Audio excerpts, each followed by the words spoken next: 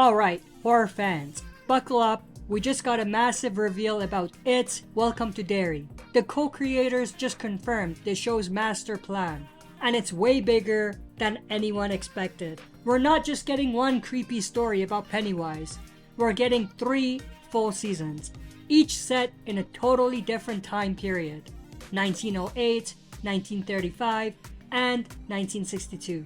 And trust me, that changes everything. In an interview with Variety, the creators said, quote, "Our big story arc involves 3 seasons, mainly based on the 3 critical cycles of Pennywise, which are 1962, 1935, and 1908. So yeah, this isn't just a prequel. It's a whole anthology spanning decades of Derry's cursed history. Let's talk more about the timeline.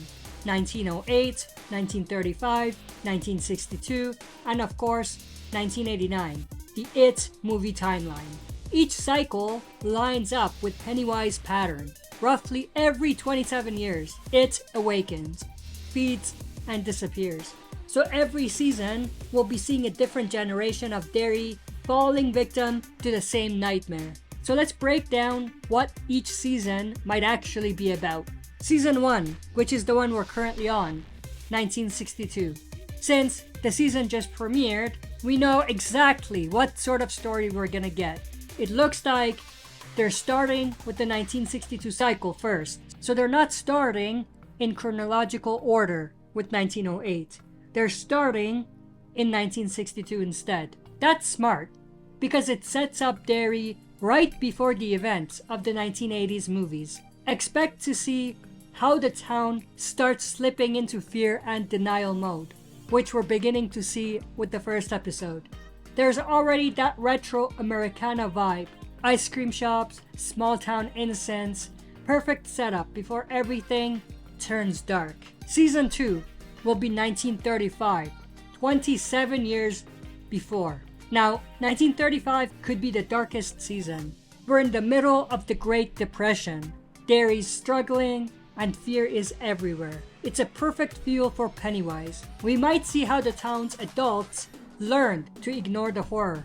Maybe the origins of some of the known families is shown here, those from later on in the story. Season 3, 1908. That's ancient Derry.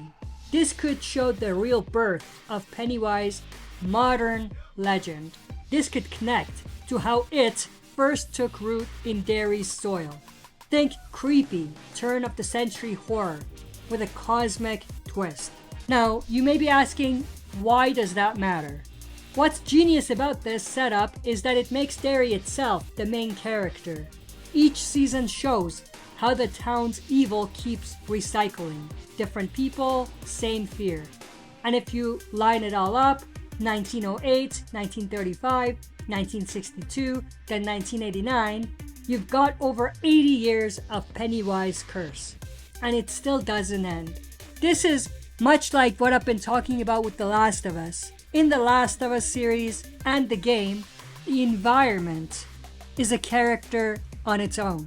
In the same way, in It's Welcome to Derry, the town is a character on its own. And that's awesome. I love when stories do that. Now, going back to what I was saying about the timelines, what this means is expect a new group of victims each season. If you thought the death rate in the first episode of season 1 to the second episode of season 1 was bad, wait till things get even deadlier. So yeah, if you thought it was done after chapter 2, nope, we're just getting started. And hey, don't rule out a Bill Skarsgård cameo in the first season. We've got glimpses in the trailer already, so we know that it'll be coming up at some point. You know they're gonna save that for a massive moment. I'm predicting the finale of season 1. We'll probably have a lot of Pennywise in the last episode, or maybe even the last 2 episodes. So 3 seasons, 3 cycles, 1 evil clown that never dies. Let me know which time period you're most excited for. 1908's old school horror, 1935's Depression era dread, or 1962's creepy small town vibe. If you're watching Welcome to Derry, Drop your favorite theory below and smash the like button if you enjoyed this video, subscribe to join our community, and press the bell to be notified when I upload on the channel. That's it for this video. See you next time for another super video.